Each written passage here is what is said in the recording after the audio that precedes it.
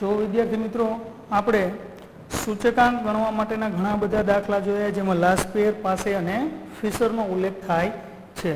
તો મેં તમને શરૂઆતની અંદર જ કીધું હતું કે ઘણી બધી વખત આપણને આદર્શ સૂચકાંક ગણો એવું કહેવામાં આવતું હોય છે. તો આદર્શ સૂચકાંક એટલે કેવો સૂચકાંક થશે? તો કે ફિશરનો સૂચકાંક. ફિશરનો સૂચકાંક આદર્શ એટલા માટે છે કે જેની અંદર તમને લોકોને ચાલુ વર્ષનો જથ્થો, આધાર વર્ષનો જથ્થો બંને જથ્થાનો ઉપયોગ થતા હોય છે. પહેલામાં શું હોય છે? લાસ્ટ યરની અંદર તો કે આધાર વર્ષના જથ્થાનો જ ઉપયોગ કરે છે અને પાસે છે એ આધાર વર્ષના જથ્થાનો ઉપયોગ કરતો નથી.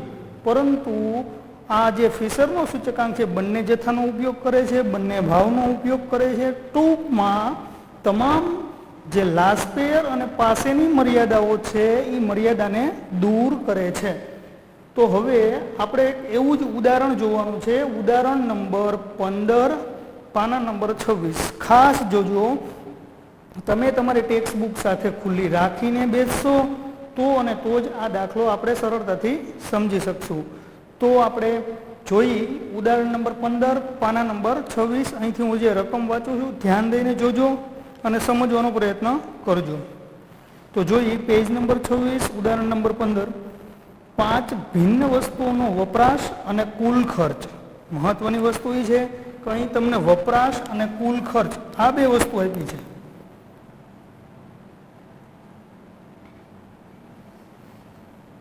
કુલ ખર્ચ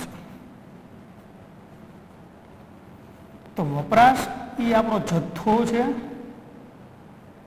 શું છે? જથ્થો. અને કુલ ખર્ચ તો કે ભાઈ એ જથ્થો મેળવવા માટે આપણે કુલ કેટલો ખર્ચો કરીએ છીએ એ કુલ ખર્ચો આપેલો છે.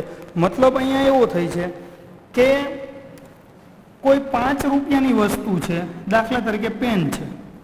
પેનની કિંમત કેટલી છે? પેનનો ભાવ કેટલો છે? તો કે 5 રૂપિયા.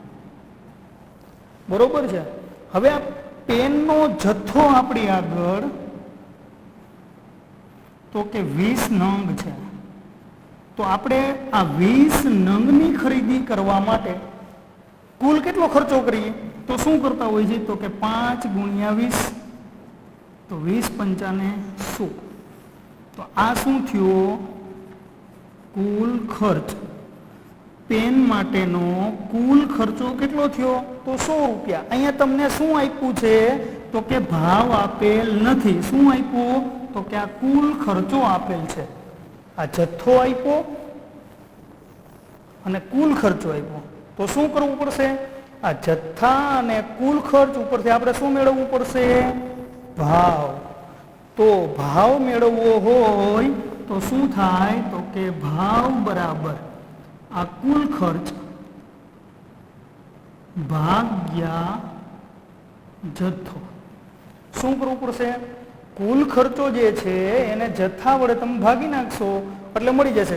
સપોઝ સમજો કે કુલ ખર્ચો આપણો કેટલો છે? તો કે 100 રૂપિયા ભાગ્યા જથ્થો કેટલો છે? તો કે 20. તો આપણને 100 ભાગ્યા 20 કરશું એટલે જવાબ કેટલો મળશે? તો કે 20 પંચાને 100. તો આપણને ભાવ પ્રાપ્ત થયો કે ના થયો? તો આમ તમને કુલ ખર્ચો આપવામાં આવેલો છે જ્યાં આપણે ભાવ આપેલો નથી. તો ભાવને આપણે મેળવવો પડશે. આગળ નીચેની માહિતી પરથી વર્ષ 2014 ને આધાર વર્ષ તરીકે લઈ વર્ષ 2015 માટે ફિશરનો સૂચકાંક શોધો. અહીં તમને કહી દીધું ફિશરનો સૂચકાંક શોધો અથવા તો તમને એમ કે આદર્શ સૂચકાંક શોધો. જે જવાબ આપે છે ફિશર કહેતો પણ ભલે, આદર્શ સૂચકાંક કહેતો પણ ભલે. હવે વસ્તુ છે આપણે લખી નાખશું વસ્તુ ABCDE. તો અહીં પહેલી કોલમ બનાવશું વસ્તુ,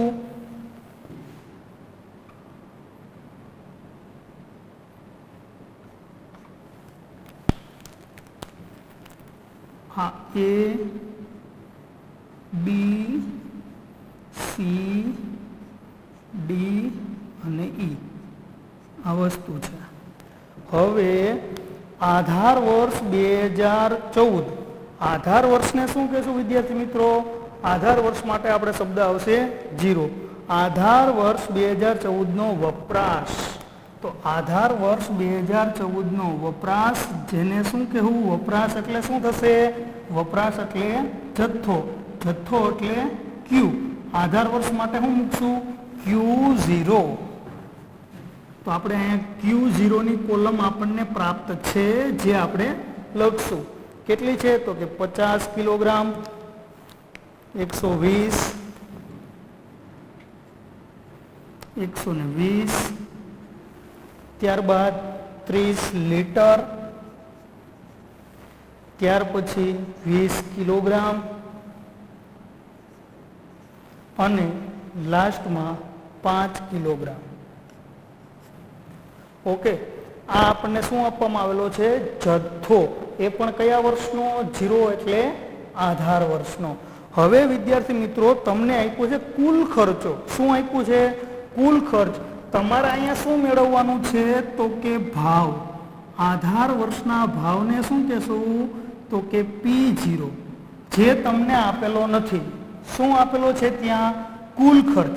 તો મેં હમણાં વાત કરી એમ, ભાવ મેળવવો હોય તો શું કરવું પડે?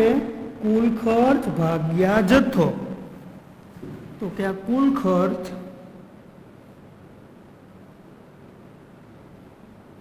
ભાગ્યા જથ્થો. ઓકે, એ હમણાં આપણે મેળવશું.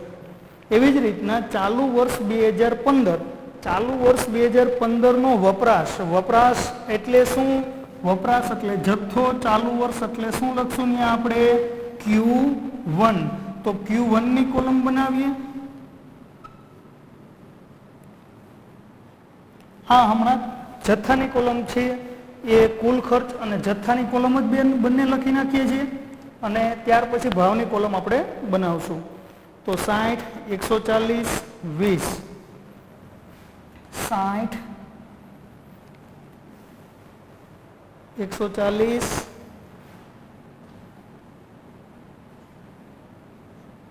20, 15 ને 5, 15 અને 5. આ છે ચાલુ વર્ષનો વપરાશ એટલે જથ્થો. હવે ચાલુ વર્ષના વપરાશ પરથી આપણે શું મેળવશું? તો કે ચાલુ વર્ષનો ભાવ. ચાલુ વર્ષના ભાવને શું નામ આપશું? P1. એનું સૂત્ર કેવી રીતના પ્રાપ્ત થશે? તો કે કુલ ખર્ચ ભાગ્યા જથ્થો. બરોબર છે? કુલ ખર્ચ ભાગ્યા જથ્થો. તમને રકમની અંદર આપવામાં આવ્યું છે 2500. શું આપ્યા છે? 2500. અહીંયા કેટલા છે? આ 2500. કુલ ખર્ચો આપ્યો છે રકમમાં 2500 ભાગ્યા જથ્થો કેટલો છે? 50. ઓકે, કેલ્ક્યુલેટ કરશો હમણાં. ત્યાર પછી વસ્તુ બી માટે જથ્થો તમને રકમમાં આપવામાં આવ્યો છે 600. આ 600 ભાગ્યા કેટલા કરશું? 120. કેલ્ક્યુલેટ પછી કરશું. વસ્તુ સી માટે કુલ ખર્ચો કેટલો આપવામાં આવ્યો છે રકમમાં? તો કે 330. આ 330 ભાગ્યા જથ્થો કેટલો છે? 30. વસ્તુ ડી ની અંદર કુલ ખર્ચો તમને આપવામાં કેટલો આવ્યો છે? 360. તો કુલ ખર્ચ 360 ભાગ્યા કેટલા કરશું આપણે? તો કે જથ્થો. જથ્થો એટલે 20. ત્યાર પછી વસ્તુ ઈ છે એનો કુલ ખર્ચો છે 40 ભાગ્યા જથ્થો 5 બરાબર. જો વિદ્યાર્થી મિત્રો, મેં શું કર્યું? તો કે જે કુલ ખર્ચો આપ્યો તો 2500, 600, 330, 360, 40, એને કેના વડે ભાગ્યા? કુલ ખર્ચને જથ્થા વડે. તો કે 2500 ભાગ્યા કેટલા કર્યા? 50. 600 ભાગ્યા કેટલા કર્યા? 120. 30 જે વસ્તુ છે એ છે 330 ભાગ્યા કેટલા કર્યા? 30. 360 ભાગ્યા કેટલા કર્યા છે? તો કે 20. અને 40 ભાગ્યા કેટલા કર્યા છે? 5. આમ મને ભાવ મળશે કુલ ખર્ચ ભાગ્યા જથ્થો કરીશ એટલે. તો 2500 ભાગ્યા 50 કરશું એટલે આપણને પ્રાપ્ત થશે 50. ત્યાર પછી 600 ભાગ્યા 120 કરશું એટલે પ્રાપ્ત થશે 5. 330 ભાગ્યા 30 કરશું એટલે પ્રાપ્ત થશે 11. 360 ભાગ્યા 20 કરશું એટલે પ્રાપ્ત થશે 18 અને 40 ભાગ્યા 5 કરશું એટલે પ્રાપ્ત થશે 8. તો જુઓ ખાસ તો આપણને જે નવી કિંમત મળી એ છે 50, 5, 11, 18 અને 8. આ શું મળ્યું આપણને? P0. આપણને P0 ની કોલમ આપેલી હતી નહીં, પરંતુ P0 આપણે કુલ ખર્ચા ઉપરથી પ્રાપ્ત કર્યા. તો કેવી રીતના થયા? તો કે કુલ ખર્ચ ભાગ્યા જથ્થો એટલે આપણને પ્રાપ્ત થયા. હવે એવી જ રીતના આપણને Q1 આપેલા છે, કુલ ખર્ચો આપેલો છે, એની ઉપરથી P1 મેળવવાના છે. તો જોઈએ કેવી રીતના મળશે. તો કે તમને લોકોને કુલ ખર્ચો આપ્યો છે 4200. આ 4200 ભાગ્યા કુલ ખર્ચ ભાગ્યા જથ્થો ભાગ્યા કેટલા કરશું? તો કે 60. કેલ્ક્યુલેટ પછી કરશું. ત્યાર પછી આપણને જથ્થો આપવામાં કુલ ખર્ચો આપવામાં આવ્યો છે 700. આ 700 ભાગ્યા કેટલા કરશું? તો કે 140. ત્યાર પછી કુલ ખર્ચો આપવામાં આવ્યો છે 200 ભાગ્યા જથ્થો કેટલો છે? તો કે 20. ત્યાર પછી કુલ ખર્ચો આપણને આપવામાં આવ્યો છે 300 ભાગ્યા 15 જે જથ્થો છે.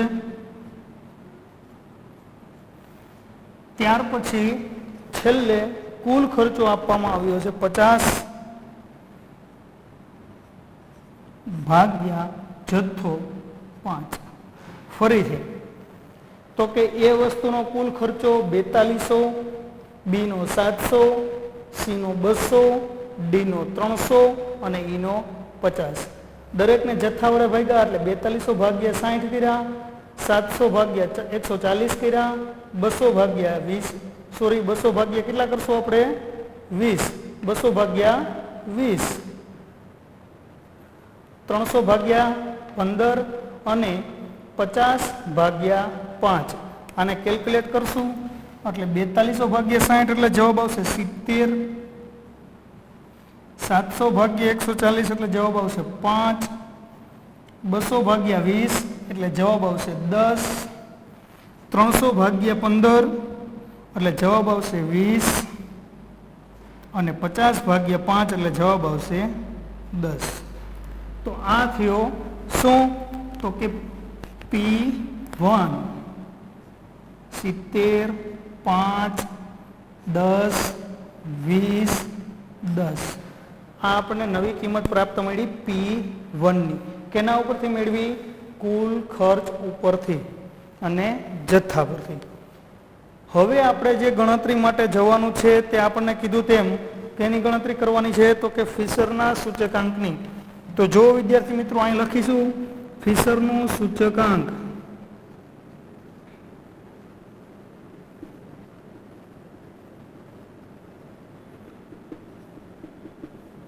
ફિશરના સૂચકાંક વખતે અત્યાર સુધી આપણે ટૂંકા સૂત્રો જોયા હતા કે જેની અંદર આપણે લાસ્પેર, પાસે અને ફિશર ત્રણેયની ગણતરી કરતા હોય એટલે ટૂંકા સૂત્રની મદદથી દાખલો થઈ જશે. પરંતુ માત્ર ફિશરનો સૂચકાંક એકલો ગણતા હોય ત્યારે આપણે ફિશરના સૂચકાંકનું મોટું સૂત્ર મૂકવું પડશે. તો આ IF બરાબર અંડરરૂટ વર્ગમૂળમાં સિગ્મા PQ છેદમાં સિગ્મા PQ. અહીંયા કેનું સૂત્ર મૂકશું? તો કે લાસ્ટ પેનું એટલે 1000 ગુણ્યા સિગ્મા PQ છેદમાં સિગ્મા PQ. અહીંયા શું આવશે? Sigma PQ. અહીંયા કેનું સૂત્ર આવશે? પાસેનું. પાસે માટે કેટલા મૂકી છે? તો કે 1101 અને વર્ગમૂળની 12 ગુણ્યા 100. તો આના માટે જરૂરી કોલમો તો કે જે આપણે લાસ્ટ પેયર, પાસે અને ફિશરમાં મેળવતા હતા એ જ બધી અહીંયા લાસ્ટ પેયર ને પાસેની જ બધી કોલમો આવશે. તો આપણે પહેલી કોલમ બનાવશું P1 Q0, ત્યારબાદ P0 Q0. તો અહીં કોલમના નામ લખી નાખીએ, P1 Q0, ત્યાર પછી P0 Q0, ત્યાર પછી P1 Q1 અને ત્યારબાદ P0 Q1. આટલી કોલમોનું આપણે નિર્માણ કરશું. હવે P1 Q0, તો P1 અહીંયા છે અને Q0 છે એ અહીંયા છે. ઓકે, હા, P1 Q0 તો 50 ગુણ્યા 70, 120 ગુણ્યા 5, 30 ગુણ્યા 10, 20 ગુણ્યા 20 અને 5 ગુણ્યા 10. આ બધાને ગુણાકાર કરીએ એટલે 50 ગુણ્યા 70 કેટલા થશે? તો કે 3500. 5 ગુણ્યા 120, 12 × 5 = 60 એટલે 600. 30 ગુણ્યા 10, 30 ગુણ્યા 10 300. 20 ગુણ્યા 20 થશે 400 અને લાસ્ટમાં 5 ગુણ્યા 10 એટલે થશે 50. હવે આનો સરવાળો કરી લઈએ તો સરવાળો થશે સિગ્મા, શું નામ આપશું? P1 Q0. ટોટલ કરી 3500 + 600 + 300 + 400 + 50 એટલે ટોટલ સરવાળો થશે એનો 4850. કેલ્ક્યુલેટ કરતી વખતે ખાસ ધ્યાન રાખજો, ભૂલ ન થાય. ગુણાકાર સરવાળા મોટા છે એટલા માટે 4850. હવે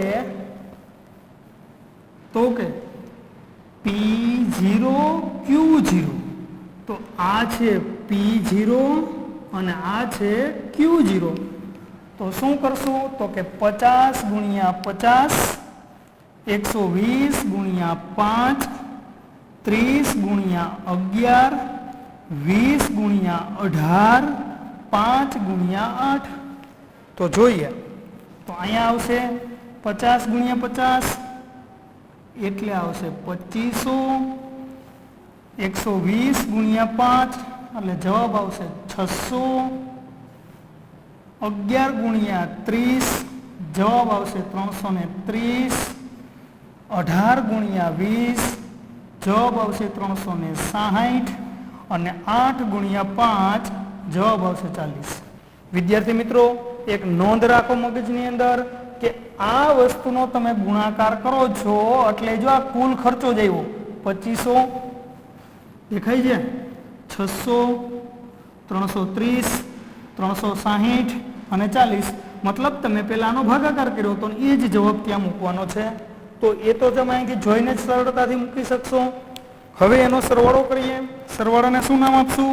તો કે સિગ્મા P0 Q0 બરાબર 2500 + 600 + 330 + 360 + 40 એટલે એનો ટોટલ થશે 3830. કેટલો થશે? 3830. તો તમારે જે કોલમ 2 પ્રાપ્ત થઈ એ આ 2 વસ્તુની મળી ગઈ. હવે આ 2 કોલમ આના માટેની છે. તો જોઈએ કઈ કોલમ મેળવવાની છે? P1 Q0. P1 Q0 ને હું ટીક માર્ક કરીશ. આ P1 Q0 એટલે કે આ 70 ગુણ્યા 60, 5 ગુણ્યા 140, 10 ગુણ્યા 20, 20 ગુણ્યા 15, 10 ગુણ્યા 5. તો આ કોલમનો આપણે ઉપયોગ કરવાનો છે. જોઈએ 70 ગુણ્યા 60, 70 ગુણ્યા 60 એટલે આવશે 4200. 5 ગુણ્યા 140 જવાબ આવશે 700. 20 ગુણ્યા 10 જવાબ આવશે 200.